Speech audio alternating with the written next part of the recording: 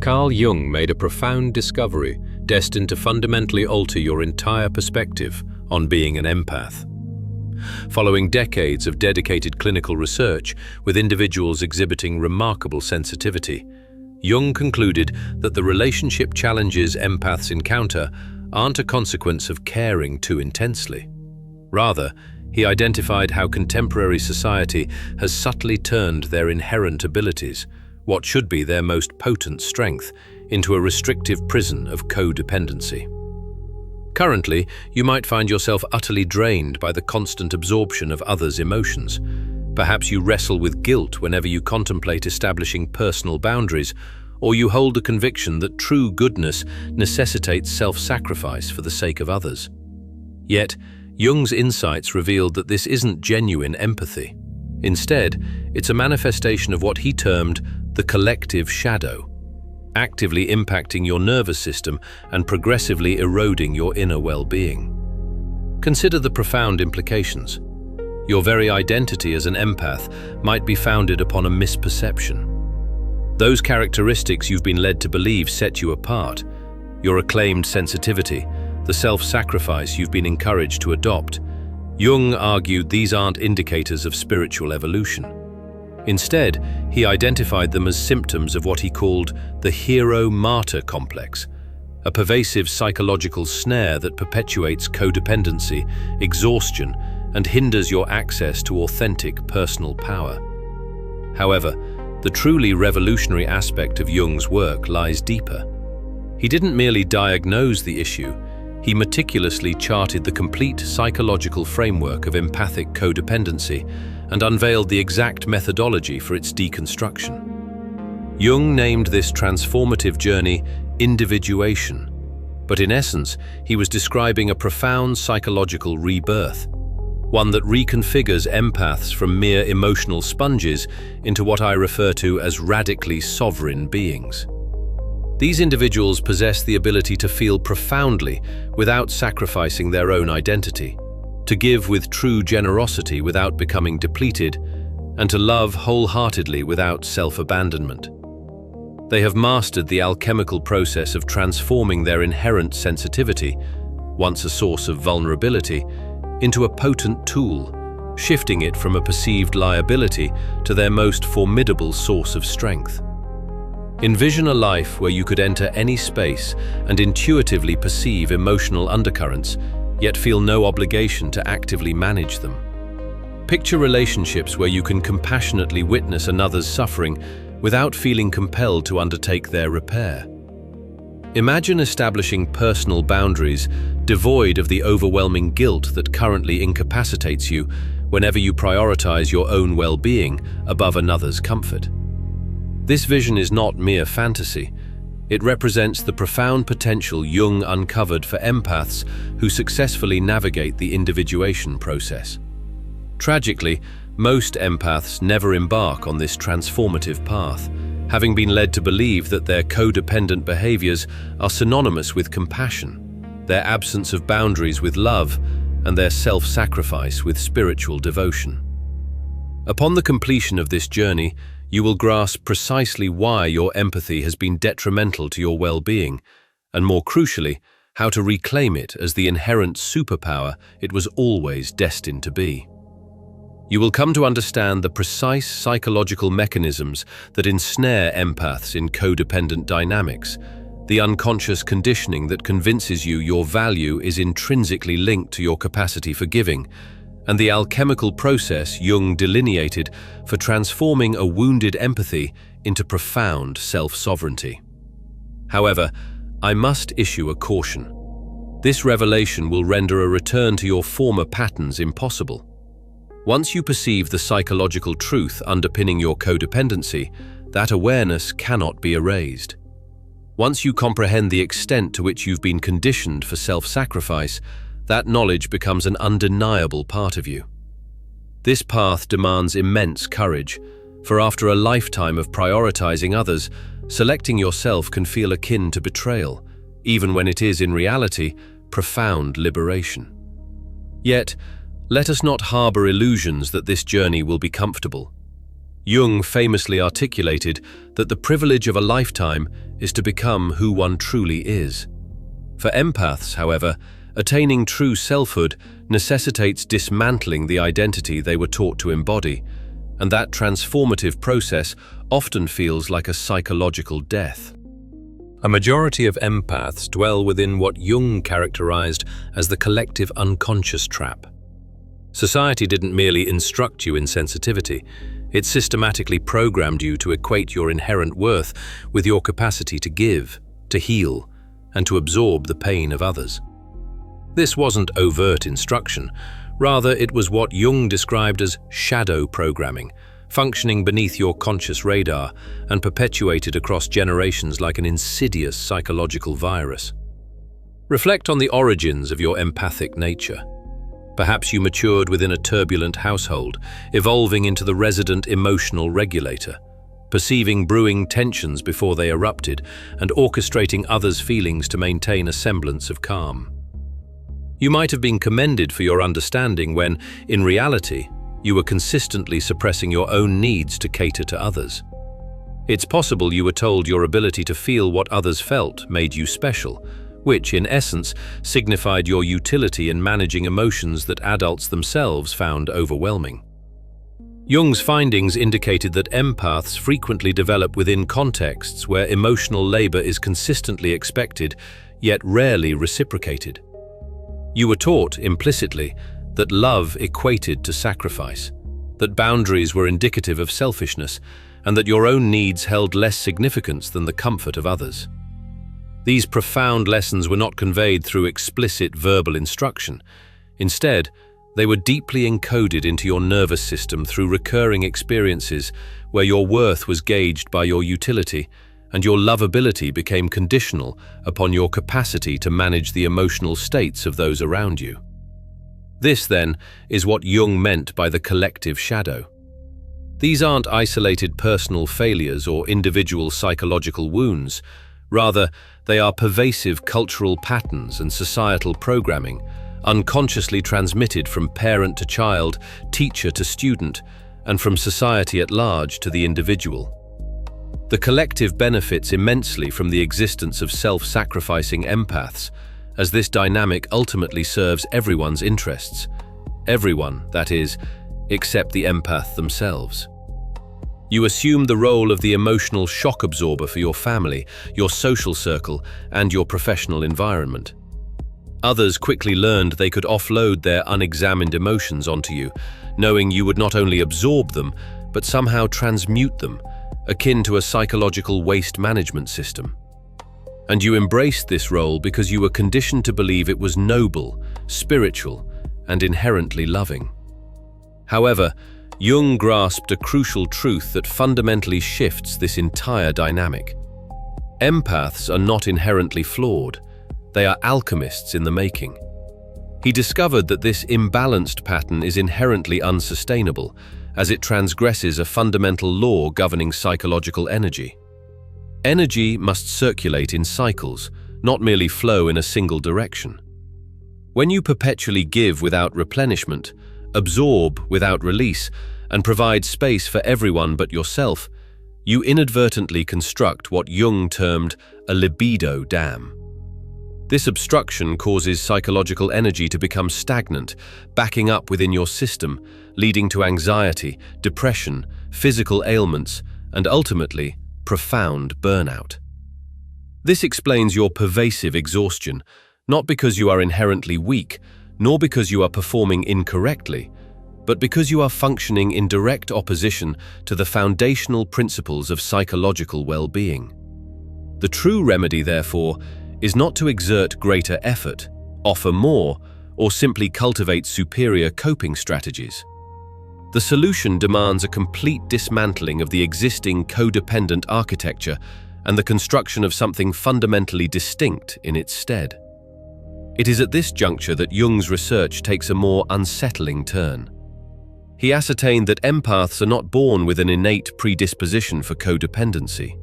Rather, they are systematically conditioned into it through what he termed the hero archetype gone awry.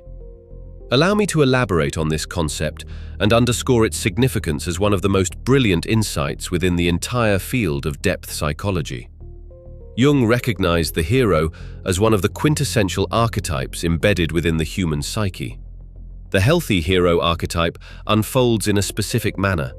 One embarks on a journey of profound self-discovery, confronting obstacles that necessitate facing one's own shadow elements.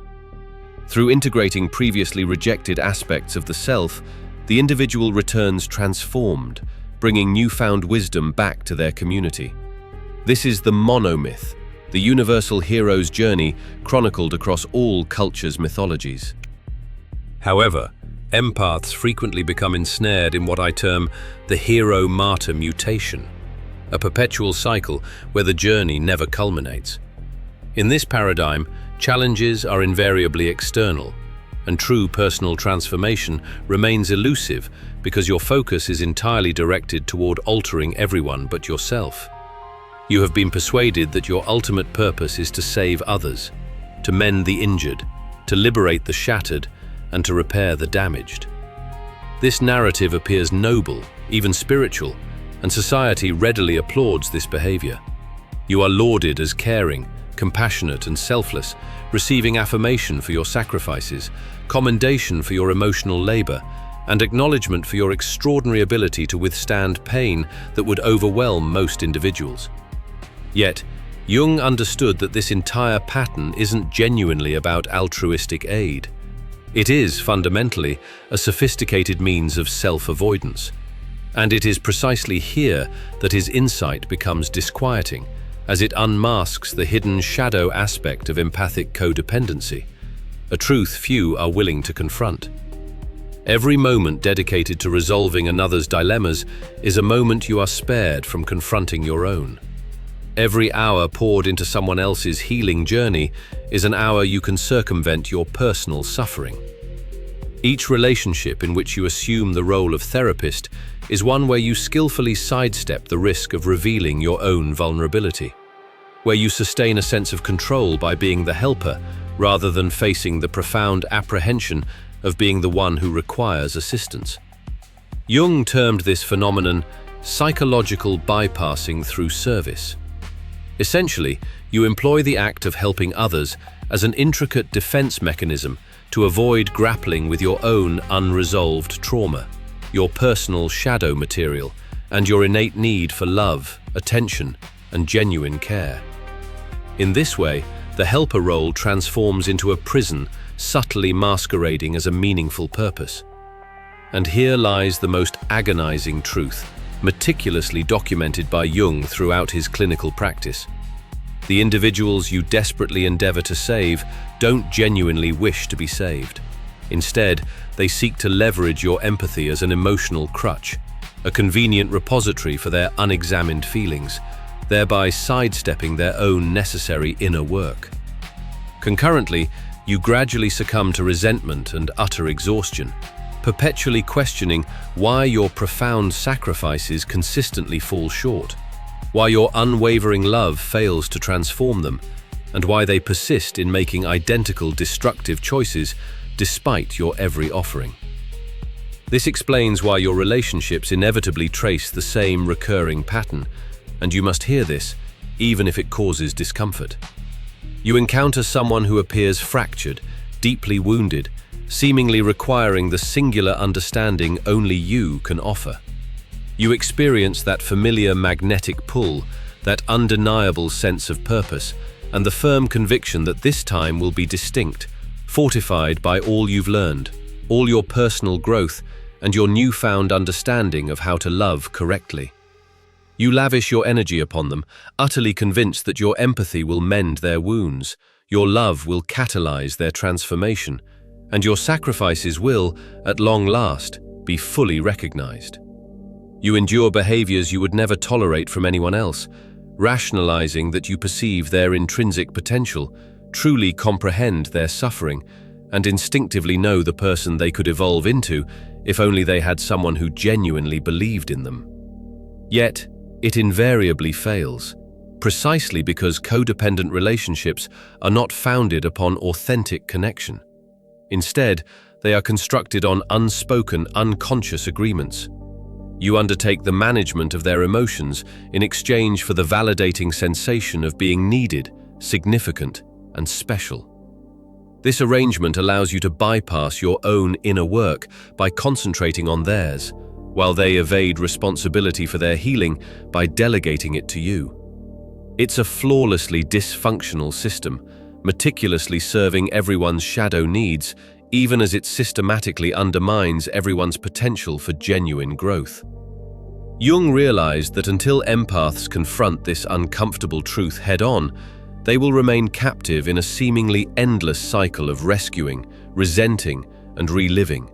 The identical dynamic reappearing with different individuals, the same suffering bearing new names, and the same profound exhaustion cloaked in varied justifications. If you've identified yourself within this pattern and are prepared to honestly acknowledge it, please comment, "I see the pattern now." However, Jung unearthed a discovery so paradigm-shifting that it irrevocably alters our entire comprehension of codependency. This insight is so profound that it didn't just revolutionize our understanding of empaths, but fundamentally reshaped our grasp of the complete architecture of human emotional experience. He concluded that empaths are not, in fact, directly experiencing other people's emotions. Rather, they are perceiving their own disowned emotions, unconsciously projected onto others. This assertion might seem utterly counterintuitive, perhaps even contradicting your lived experience as an empath, but I urge you to stay with me, for comprehending this intricate mechanism is the indispensable key to your liberation. When you enter a room and instantly perceive an underlying tension, you instinctively believe you are attuning to the unarticulated feelings of everyone present. Yet, Jung's extensive research unveiled a mechanism far more complex and profoundly more fascinating. What you are actually sensing is the intrinsic resonance between their unexpressed emotions and your own deeply suppressed feelings. You are not merely an emotional sponge indiscriminately absorbing external energy. Rather, you function like a highly sensitive tuning fork, vibrating sympathetically in response to frequencies that align with your own unintegrated psychological material. This explains why specific individuals deplete your energy far more than others. It's not necessarily because they are inherently more toxic or more demanding. It's because their unconscious patterns precisely mirror your own shadow material, those parts of yourself you have rejected and steadfastly refuse to acknowledge. They act as living reflections, mirroring back aspects of yourself that you have interred so profoundly that you no longer even recognize them as belonging to you. Allow me to illuminate this concept with a composite case profile, synthesized from patterns Jung frequently observed in his clinical practice. Imagine an empath who consistently experienced physical illness whenever in the vicinity of angry individuals. This person was convinced they were absorbing the rage of others, believing their sensitivity rendered them vulnerable to negative environmental emotions. However, through deep analytical work guided by Jung's framework, a startling truth surfaced. This individual was, in fact, profoundly terrified of their own anger. They had been raised in an environment where anger was deemed perilous, where any expression of rage led to severe punishment or abandonment. Consequently, they buried their anger so deeply it became consciously inaccessible, persuading themselves they simply did not possess an angry disposition. Yet, the psyche does not simply eradicate what we disown. It doesn't delete our rage, our selfishness, or our destructive impulses merely because we deem them unacceptable. Jung understood that such rejected material retreats into what he termed the shadow, where it persists with undiminished psychological potency, operating entirely beyond our conscious awareness and control. Therefore, what transpires when an individual carrying deeply buried rage encounters another person openly expressing anger? Their body reacts intensely, not because they are passively absorbing external negativity, but because they are confronting a piece of themselves they have steadfastly refused to integrate. The other person's anger isn't toxic to them. Rather, it serves as a potent mirror, reflecting their own disowned rage, and their entire system reacts to the profound internal conflict of encountering a rejected aspect of their being. This represents the revolutionary insight Jung provided for empaths. Your inherent sensitivity is not the issue. The real challenge lies in your undeveloped boundaries with your own shadow. You have not cultivated the ability to discern what authentically belongs to you versus what belongs to others, primarily because you haven't fully acknowledged and claimed your own intrinsic psychological material. Consider the emotions that most severely deplete you when you perceive them in others: anger, neediness, selfishness, manipulation. These aren't arbitrary. They function as precise cartographic guides to your own shadow territory, revealing the exact aspects of yourself you have repudiated and now experience as external threats. The genuinely skilled empath, the individuated empath Jung envisioned, has fully integrated their shadow material. They have claimed their anger, acknowledged their inherent needs, accepted their capacity for selfishness, and recognized their potential for manipulation. Not because these qualities are inherently good or should be expressed without restraint, but because consciously owning them is the sole pathway to prevent them from unconsciously controlling you. When you successfully integrate your shadow, a remarkable transformation unfolds. You can interact with angry individuals without becoming physically ill because you are no longer in internal conflict with your own anger. You can observe neediness without experiencing depletion, having fully embraced your own needs. You can perceive manipulative behavior without being triggered, because you have acknowledged your own capacity for such actions. This is the essence of what Jung referred to as psychological integration, and it forms the bedrock of radical self-sovereignty for empaths. Jung pinpointed specific archetypal patterns that empaths must integrate to liberate themselves from the grip of codependency.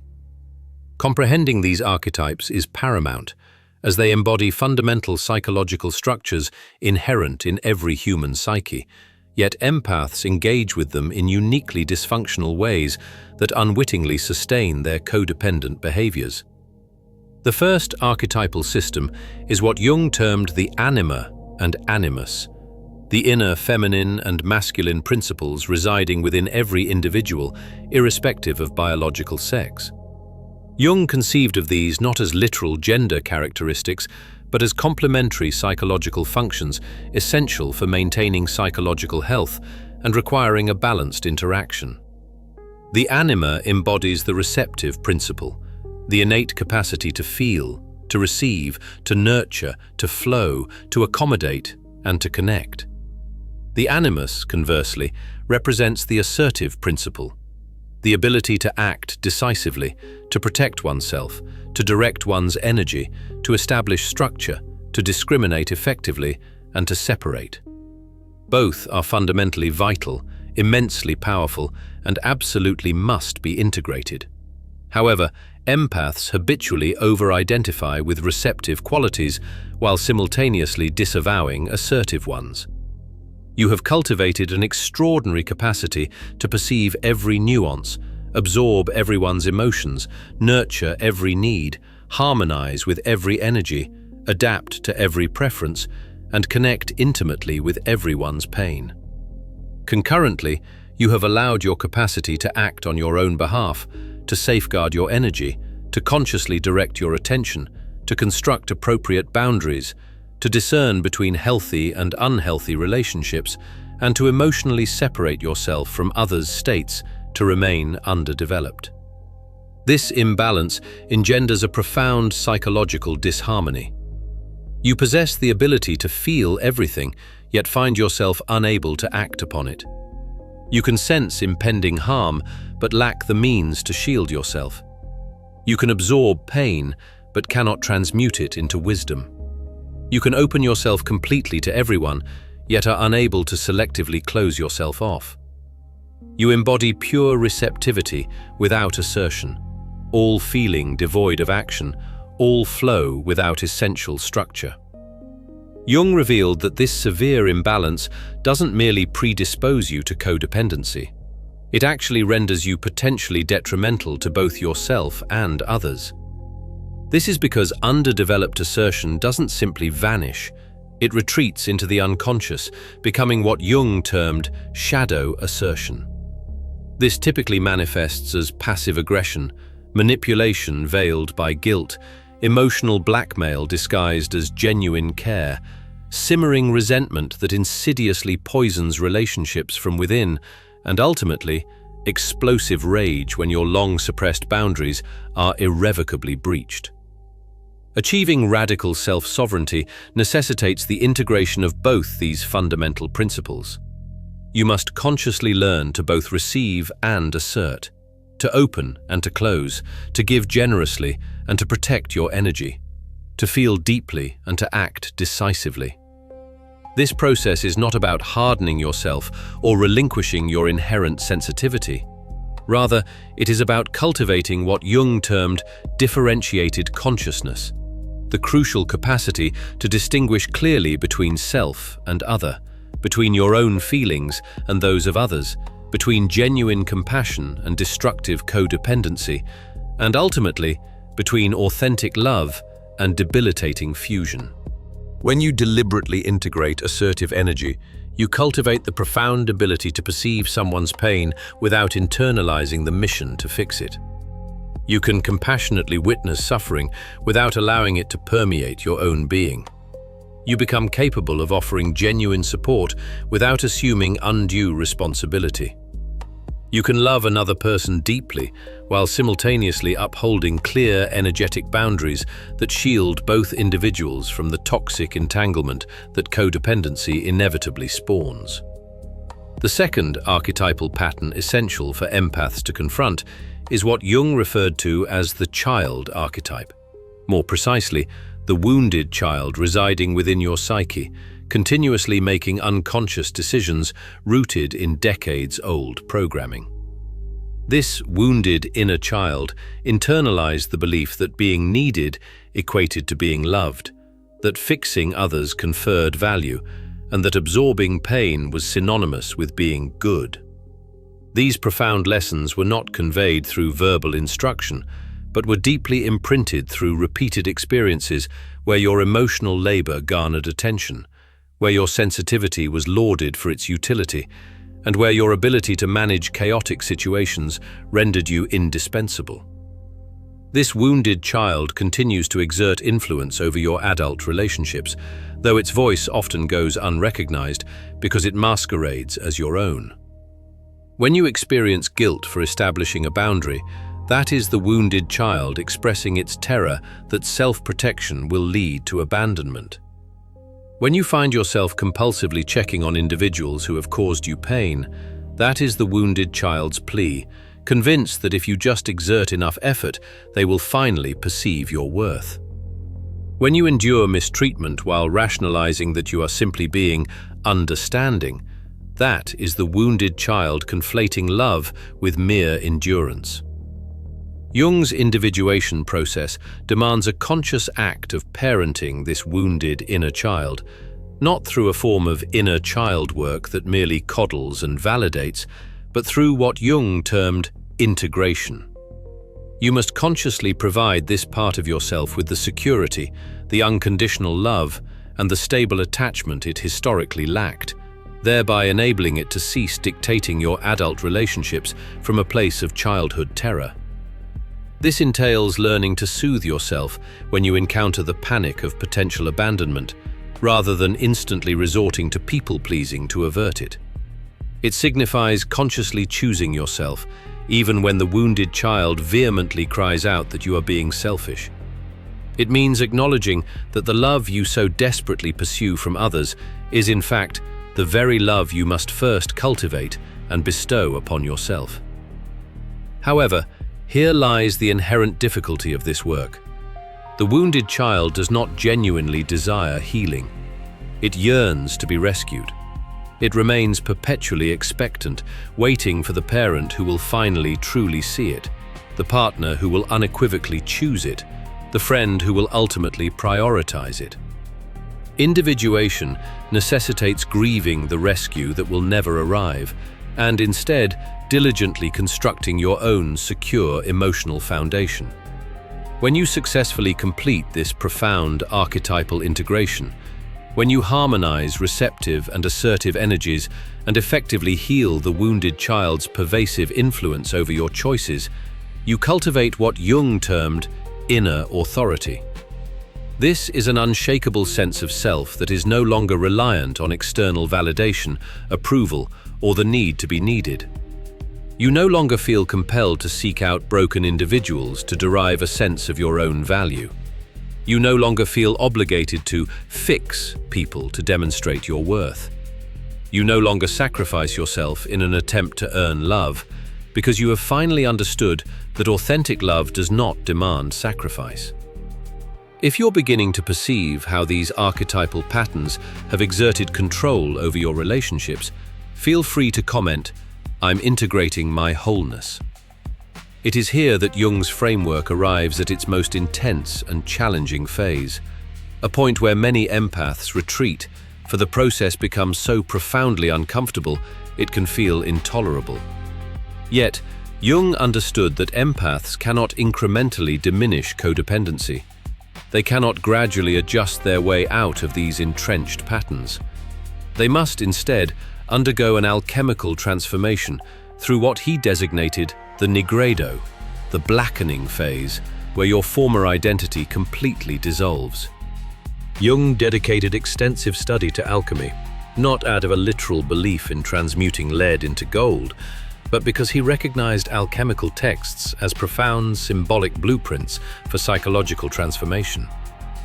The nigredo represents the initial and most terrifying stage, where the prima materia, your foundational psychological substance, must be entirely dissolved before it can be reconstituted into an entirely new form. For empaths, this translates into a period where the very foundations of your identity will seemingly disintegrate. You will experience profound sensations of selfishness for establishing boundaries, as the wounded inner child will shriek that you are abandoning everyone. Guilt will wash over you for prioritizing yourself, a direct consequence of decades of conditioning that insisted your worth was contingent upon your utility to others. You will grapple with the terror that ceasing to manage everyone's emotions will lead to their abandonment, thereby confirming your deepest fear, that you are only lovable when you are needed. Jung referred to this experience as the dark night of the soul, and crucially, it is not an indication of failure. Rather, it is undeniable evidence that you are, at long last, deconstructing the codependent structures that have held you captive. The former empath must undergo this dissolution so that the sovereign empath can truly emerge. This death is neither metaphorical nor merely symbolic. It is a profound psychological demise that registers with a visceral reality akin to physical death. You will grieve the relinquishment of your people-pleasing self, the version of you that everyone found comfortable and readily accessible. You will mourn the demise of relationships that cannot withstand your transformation, precisely because they were predicated on your readiness for self-sacrifice. You will confront the profound terror of existing without the validation derived from being needed, the commendation stemming from being useful, and the sense of purpose gained from fixing others. Jung cautioned that numerous individuals prematurely abandon this process, for the discomfort often escalates to an almost unbearable degree. They persuade themselves they've pushed too far, that they are becoming emotionally cold or unfeeling. They yearn for their former self. However, reverting to codependency after having glimpsed genuine sovereignty constitutes a unique form of torment, for you now carry the knowledge that you are consciously choosing your own confinement. Yet, on the far side of this alchemical death, Jung uncovered the emergence of something truly extraordinary, what he termed the individuated self. This is a version of you capable of profound feeling without self-loss, of generous giving without depletion, and of loving completely without self-abandonment. This is not mere theoretical construct. It represents a documented psychological transformation that Jung observed consistently in patients who possess the courage to see the process through to completion.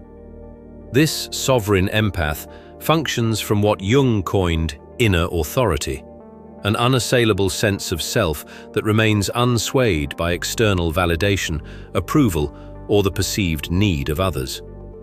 You are no longer compelled to seek out broken individuals to affirm your own value, for your worth is intrinsic, not something to be earned through service. You no longer feel obligated to fix people to substantiate your worth, recognizing that your value is not contingent on outcomes beyond your control. You no longer sacrifice yourself in an attempt to earn love, having finally understood that authentic love does not demand sacrifice. Rather, it necessitates presence, clear boundaries, and the unwavering courage to be fully oneself. Jung discovered that individuated empaths cultivate what I refer to as conscious empathy, a profound distinction from the codependent empathy you may have habitually practiced. You become capable of perceiving others' emotions without automatically assuming responsibility for them. You can compassionately witness suffering without succumbing to the impulse to rescue. You can hold space for another's pain without allowing it to infiltrate your own physical being. You can keenly feel someone's struggle without internalizing the belief that it is your obligation to resolve it for them. This is not a state of cold detachment.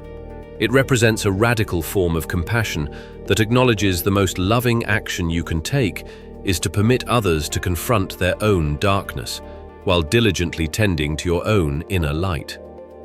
You grasp that shielding someone from their natural consequences does not foster their growth. Instead, it perpetuates their dependence and simultaneously depletes your own vital energy. The sovereign empath has profoundly internalized that authentic service emanates from a place of genuine overflow, not burdensome obligation. You give freely because you genuinely desire to, not because you feel compelled. You offer assistance because it resonates deeply with your intrinsic values, not because you harbor an underlying need to be needed.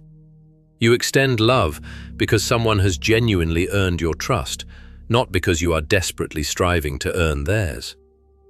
Carl Jung dedicated his life to the exhaustive study of the human psyche, and he came to understand that empaths are not destined to sacrifice themselves for the sake of others.